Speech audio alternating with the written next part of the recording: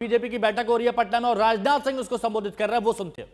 वह यदि इस देश की कोई धरती है तो वह बिहार की धरती है। इतना ही नहीं, चीन के साथ जो बाइलेटरल मीटिंग यानी द्विपक्षीय बातचीत हुई, उसके बाद जो गिफ्ट एक्सचेंज हुआ, उसमें मैंने चीन के रक्षा मंत्री को एक मधुबनी की पेंटिंग भी भेंट की थी, जिसका नाम है ट्री ऑफ लाइफ। उसका भी बिहार की धरती से नाता जुड़ा हुआ है।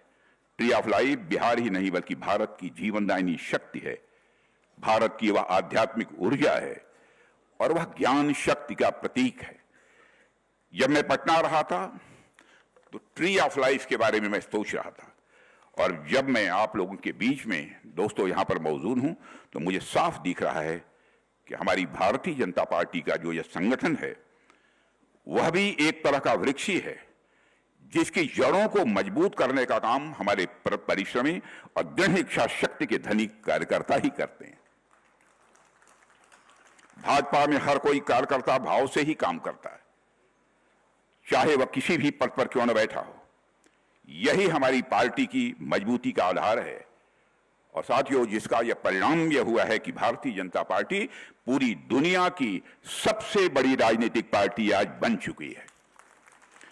साथियों, आज जब हम पटना में बिहार प्रदेश भारतीय जनता पार्टी की कार्य समिति की बैठक के लिए यहां पर एकत्रित हुए हैं, पटना के बारे में एक जगह ऐसा लिखा गया है कि यह पटना नगर पृथ्वी का तिलक तथा विद्वानों की निवास स्थली है, जिसे भगवान विश्वकर्मा ने भगवान ब्रह्मा को अपना कौशल दिखाने के लिए बनाया था। यह है आपकी और हमारी यह पटना नगरी।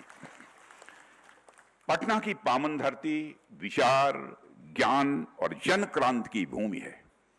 यह वही पाटलिपुत्र है जहां सम्राट अशोक ने शांति और धम्म का संदेश पूरी दुनिया तक पहुंचाया था। यही वह भूमि है जहां चाणक्य ने राजनीति और राष्ट्रनीति के शाश्वत सिद्धांत रचे थे, और जहां आर्यभट्ट ने खगोल और गणित के क्षेत्र में भारत को विश्व गुरु बनाने का काम किया था। इसलिए भूमि केवल इतिहास की ही नहीं, भविष्य के भी निर्माता है। ऐसी महान धरती है हमारे इस बिहार राज्य की। मेरे साथियों, बिहार की कमान इस समय डॉक्टर दिलीप जायसवाल जी के हाथों में है। उनकी अध्यक्षता में यह प्रदेश कार्य समिति की बैठक हो रही है, और मैं जानता हूं उन्होंने बराबर एक कार्यकर्ता के भाव से काम किया है। और एक बात जो यहां मैं जोड़ना चाहता हूं यह है कि यहां मौजूद आप सभी कार्यकर्ता सामान्य कार्यकर्ता नहीं हैं, आप स्वर्णिम बिहार के निर्माता हैं। आप सिर्फ पार्टी के सदस्य मात्र नहीं हैं, आप हमारी विचारधारा के योद्धा हैं। आप बिहार के निर्माण की नींव हैं। और आज बिहार प्रदेश कार्य समिति की बैठक मैं मानता हूं कोई साधारण आयोजन नहीं है। यह वह क्षण है जब हम अपने महान अतीत से प्रेरणा लेकर आने वाले चुनावों की रणनीति तय करेंगे, संगठन को एक नई दिशा देंगे और अपने कार्यकर्ताओं के संकल्प को जन आंदोलन में बदलेंगे। साथियों, हम सब जानते हैं कि भाजपा के बड़ा से बड़ा पदाधिकारी क्यों न हो या एक निष्ठावान करता, वह सिर्फ चुनावों के वक्त ही नहीं सक्रिय होता है, बल्कि वह हर दिन राष्ट्र निर्माण की साधना में लगा रहता है। और आज बिहार में यही साधना परिवर्तन की शक्ति बनकर उभर चुकी है। यह केवल एक संगठन की बैठक मात्र नहीं है, इस रूप में मैं इसे नहीं देखता हूं, बल्कि एक संकल्प सभा है। और उस संकल्प की शुद्धि के लिए जो बिहार और भारत को नई ऊंचाइयों पर ले जाने के लिए हमें लेना है। और मैं भारतीय जनता पार्टी के कार्यकर्ताओं को पिछले 40 वर्षों से बहुत नजदीक से मैं देख रहा हूं, उनके साथ काम किया है मैंने। बहनों भाइयों, यह हमारा कार्यकर्ता ऐसा है कि एक बात प्यार और मोहब्बत से बात कर लो तो अपनी पार्टी के लिए और देश के लिए अपना कलेजा निकाल कर रख देता है। ऐसा यह भारतीय जनता पार्टी का कार्यकर्ता है। दहशत पैदा करके इससे काम नहीं कराया जा सकता। इसको प्यार देकर, मोहब्बत देकर आप जो चाहिए सो करा लीजिए। प्रधानमंत्री नरेंद्र मोदी जी ने विगत 11 वर्षों में सिद्ध किया है मेरे बहनों भाइयों कि भारत बदल सकता है और भारत आगे बढ़ सकता है। बशर्ते नेतृत्व सुदृढ़ हो, नीयत साफ हो, नीति स्पष्ट हो और राष्ट्रहित सर्वोपरि रखा जाए। अब हमें यही विश्वास बिहार के हर निवासी के दिल तक पहुंचाना है। उसको पहुंचाने का काम यदि कोई कर सकता है तो आप जैसे भारतीय जनता पार्टी के कार्यकर्ता ही कर सकते हैं। अगर बिहार का खोया हुआ गौरव कोई शक्ति लौटा सकती है तो केवल भारतीय जनता पार्टी और एनडीए ही लौटा सकती है और कोई दूसरा नहीं लौटा सकता। और इस दिशा में आप सभी कार्यकर्ताओं और पदाधिकारियों से मैं 5 बातें आपके सामने रखना चाहता हूं। पहला, जनता से निरंतर संवाद करें मेरे कार्यकर्ता मित्रों, लेकिन वो केवल भाषण नहीं, विश्वास का संवाद हो। जनता से जब संवाद करें तो केवल खोखले आश्वासन न दें, वही बातें उनसे बोलें जिन पर कि जनता यकीन कर सके, विश्वास कर सके। इसलिए विश्वास का संवाद जनता के साथ करना है। हर बूथ, हर मोहल्ले, हर पंचायत में जाकर मोदी जी के नेतृत्व की बात कहें, भाजपा की बात करें, लेकिन उसे सिर्फ भाषण न बनाएं। उनके कामों की सफलता की बात करें, उनसे पूछें सरकार की योजनाओं के बारे में, जैसे प्रधानमंत्री आवास योजना, आयुष्मान भारत, गरीब कल्याण अन्न योजना से अनेक जीवन में कैसे सकारात्मक बदलाव आए हैं, यह लोगों से चर्चा करें। जब लोग साथियों अनुभव से जुड़ते हैं तब उन्हें भरोसा होता है। इसलिए मैं यह बात कह रहा हूं। दूसरी बात, बिहार के आत्मविश्वास को फिर से जगाइए, बिहार के आत्मविश्वास को फिर से जगाइए। अतीत के गौरव को भविष्य की प्रेरणा बनाइए। लोगों को याद दिलाइए कि वही धरती है जहां भारत का सबसे पहला गणराज्य था, जहां महात्मा बुद्ध और भगवान महावीर ने ज्ञान दिया था, और जहां से संविधान सभा का नेतृत्व करने वाले बाबू राजेंद्र प्रसाद जी आए, और जहां से संविधान को बचाने वाले जयप्रकाश नारायण जी आए, जिन्होंने संपूर्ण क्रांति का आह्वान भी इसी पटना की धरती से किया था। साथियों, तीसरी बात, लोगों को यह भी समझाएं कि भाजपा केवल सरकार नहीं चलाती है, समाज निर्माण करती है। दोस्तों, हम राजनीति केवल सरकार बनाने के लिए नहीं करते हैं, हम राजनीति करते हैं तो समाज बनाने के लिए राजनीति करते हैं। राजनीति यह शब्द 2 शब्दों को मिलाकर बना हुआ है, राज और नीति। नीति यह संस्कृत के नए धातु से बना हुआ है, जिसका अर्थ होता है ले जाना, टू कैरी आउट। इसका अर्थ यह होता है कि ऐसा राज, ऐसा पॉलिटिकल सिस्टम जो समाज को सन्मार्ग की ओर ले जाने का काम करे, उसे ही हम राजनीति कहते हैं। लेकिन विडंबना यह रही है कि आजाद भारत में यह राजनीति शब्द अपना अर्थ भी खोता जा रहा था, अपना भाव भी खोता जा रहा था। लेकिन भारत की राजनीति में इस राजनीति शब्द के खोए हुए अर्थ और भाव को पुनः स्थापित करने का काम यदि किसी ने किया है तो हमारी और आपकी पार्टी भारतीय जनता पार्टी ने किया है। कांग्रेस और आरजेडी जैसी राजनीतिक पार्टियां केवल कुर्सी पाने की लालसा से प्रेरित हैं, लेकिन भाजपा की प्रेरणा है सिर्फ और सिर्फ राष्ट्र निर्माण। कांग्रेस और आरजेडी जैसी पार्टियों का केवल एक ही मोटिवेशन होता है, सत्ता में बने रहना। लेकिन मेरे बहनों भाइयों, केवल सत्ता में बने रहना यह हमारा मोटिवेशन नहीं है। भारत को एक महान भारत बनाना है, ऐसा भारत बनाना है जो सारे विश्व का नेतृत्व कर सके। जबकि भारतीय जनता पार्टी का उद्देश्य है कि हर नागरिक की गरिमामय जीवन सुनिश्चित होना चाहिए, और उस दृष्टि से आपने देखा होगा कि हमारे प्रधानमंत्री जी ने कितने प्रभावी कदम उठाए हैं। बहनों भाइयों, वह कदम हमारे प्रधानमंत्री ने उठाए हैं जिसकी कभी कल्पना भी नहीं की जा सकती थी। लोग ये सोच नहीं सकते थे क्या इतना भार कोई केंद्रीय सरकार आर्थिक भार वहन कर सकती है। अब सारी योजनाओं की मैं विस्तार पूर्वक चर्चा करूंगा तो लंबा समय होगा।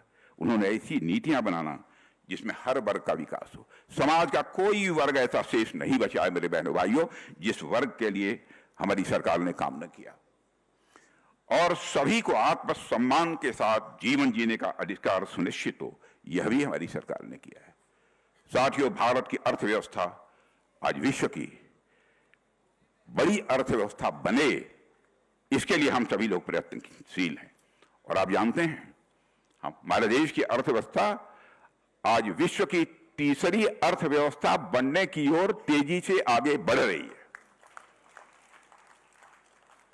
आज हम चौथी बड़ी अर्थव्यवस्था बन चुके हैं, तीसरी बड़ी अर्थव्यवस्था बनने की ओर हम तेजी के साथ बढ़ रहे हैं। तो हमें लोगों को यह एहसास दिलाना है कि बिहार भी अब तेजी से आगे बढ़ेगा और अब राज्य और केंद्र दोनों में एनडीए के विचार की मति और कार्य की गति होगी और जब हमारे मिशन और विजन के साथ कार्य होगा।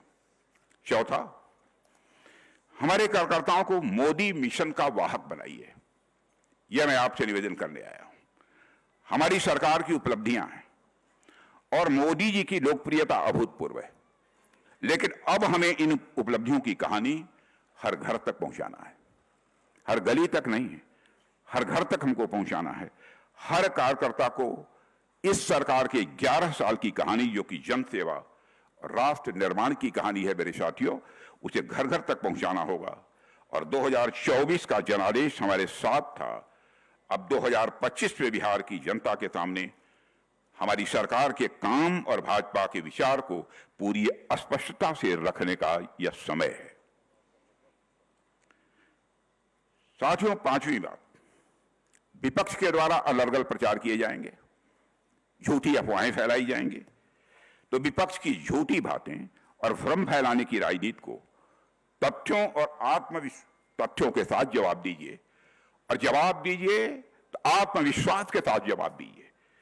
हमें यह भावना घर घर तक पहुंचानी है कि बिहार पिछड़ा नहीं है, बल्कि बिहार को पिछड़ा बनाया गया है, इसलिए यह बिहार जो है पीछे रह गया है। साथियों, आरजेडी और कांग्रेस फिर से विभाजन की राजनीति को हवा देंगे, यह मानकर चलिए। जातियों में बांटेंगे, वर्गों में लोगों को बांटेंगे, लेकिन हम विकास और विश्वास की राजनीति करते हैं। इसलिए जब विपक्ष नफरत की राजनीति की बात करे तो उसका जवाब और कुछ नहीं हो सकता, वह सेवा की राजनीति है, हो सकती है। उसी सेवा की राजनीति से ही उसका जवाब देना है। और जब ये बिहार को पीछे धकेलने वाली बात करें तो हम उज्जवल भविष्य का रोड मैप बताएंगे, कैसे हम बिहार को हम आगे बढ़ाएंगे। जब वो विभाजन की राजनीति करें तो हम लोगों को जोड़ने वाली बात करनी है, और जब वो बिहार के लोगों को मुद्दों से भटकाएं, हम शिक्षित बिहार की बात करें, हम लोगों को बताएं कि आत्मनिर्भर बिहार कैसे बनेगा। और मैं कह सकता हूं कि एनडीए के शासनकाल में इस बिहार में मेरे दोस्तों उल्लेखनीय प्रगति हुई है। हमारे प्रस्ताव जिन मित्रों ने रखे थे, उन्होंने आंकड़े भी आपको दिए हैं कि 2005 में प्रति व्यक्ति कितनी आमदनी थी इस बिहार की, और आज वह बढ़कर कितनी पहुंच गई है, लगभग 3.5 लाख करोड़ के आसपास पहुंच गई है। यह कोई छोटी उपलब्धि नहीं है। बजट भी, उसकी भी यहां चर्चा हुई है, जो 2004-05 में अप्रॉक्सीमेटली 23,885 करोड़ था, आज 3.7 लाख करोड़ तक पहुंच गया है। साथियों, हमें लोगों तक यह भी संदेश पहुंचाना है, कोऑपरेटिव फेडरलिज्म के साथ कार्य करते हुए केंद्र सरकार और राज्य सरकार ने हर क्षेत्र में नई ऊंचाइयां हासिल की हैं। और यदि अब आप लोगों से आप करेंगे तो लोग आपसे तर्क नहीं पूछेंगे, बल्कि आपकी बातों का वह समर्थन करेंगे। केवल आपको उनको याद दिलाना है। तो इस वर्ष अप्रैल में प्रधानमंत्री मोदी जी ने राष्ट्रीय पंचायती राज दिवस के अवसर पर बिहार की मधुबनी में 13,480 करोड़ रुपए से अधिक के विकास कार्यों का शुभारंभ किया है। और पिछले महीने ही विकास की इस यात्रा को आगे बढ़ाने के लिए 5,736 करोड़ की 22 परियोजनाओं की सौगात भी उन्होंने बिहार को दी है। साथियों, आप सभी को पता है कि मखाना को जीआई टैग दिया गया है। यह कोई सामान्य उपलब्धि नहीं है। मखाना को जीआई टैग दिया गया है, और आज बिहार का मखाना सिर्फ एक पारंपरिक खाद्य पदार्थ नहीं रहा है, बल्कि अब वह सुपर फूड के रूप में वैश्विक मान्यता प्राप्त कर चुका है। सुपर फूड के रूप में एक वैश्विक मान्यता प्राप्त कर चुका है। यह सभी बिहार वासियों के लिए मैं समझता हूं एक गौरव का विषय है। साथियों, हमारी सरकार ने इस वर्ष बजट में मखाना बोर्ड के गठन की घोषणा भी की है। मखाना रिसर्च सेंटर को राष्ट्रीय दर्जा भी प्राप्त हो गया है, यह मुझे बतलाया गया है, जिससे इसमें वैज्ञानिक शोध और साथ ही साथ इनोवेशन, जो नवाचार कहते हैं, नवाचार को स्वाभाविक रूप से और बढ़ावा मिलेगा। अब हमारा मखाना दोस्तों केवल भारत तक ही सीमित नहीं रहेगा, भारत की बाजारों तक ही सीमित नहीं रहेगा, बल्कि अंतर्राष्ट्रीय बाजारों तक पहुंचेगा और दुनिया में बिहार की एक अलग पहचान हमारा यह मखाना भी बनाएगा। साथियों, बिहार की प्रगति से ही देश की प्रगति होगी। हमारी सरकार ने वर्ष 2047 तक भारत को विकसित राष्ट्र बनाने का संकल्प लिया है। मेरा विश्वास है कि विकसित भारत का मार्ग प्रशस्त यदि होगा तो विकसित बिहार से ही वह मार्ग प्रशस्त होगा। और साथियों, प्रधानमंत्री जी के मार्गदर्शन और मजबूत नेतृत्व में तथा हमारे बिहार के मुख्यमंत्री श्री नीतीश कुमार जी के कुशल नेतृत्व में हम सभी को विकसित भारत और विकसित बिहार के संकल्प की सिद्धि को प्राप्त करना है। इसके लिए पूरी ताकत हम लोगों को लगानी पड़ेगी। हमें लोगों को यकीन दिलाना है कि कोई पार्टी बिहार को उसके गौरवपूर्ण इतिहास की तरह गौरवमय उज्जवल भविष्य दे सकती है तो केवल और केवल पार्टी भारतीय जनता पार्टी है। केवल और केवल गठबंधन यदि कोई है तो एनडीए।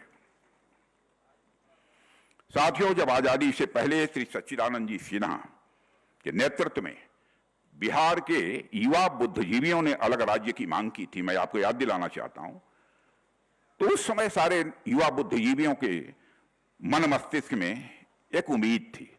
वो उम्मीद थी इस रत्नगर्भा भूमि के खजाने से एक समृद्ध और खुशहाल बिहार बनेगा।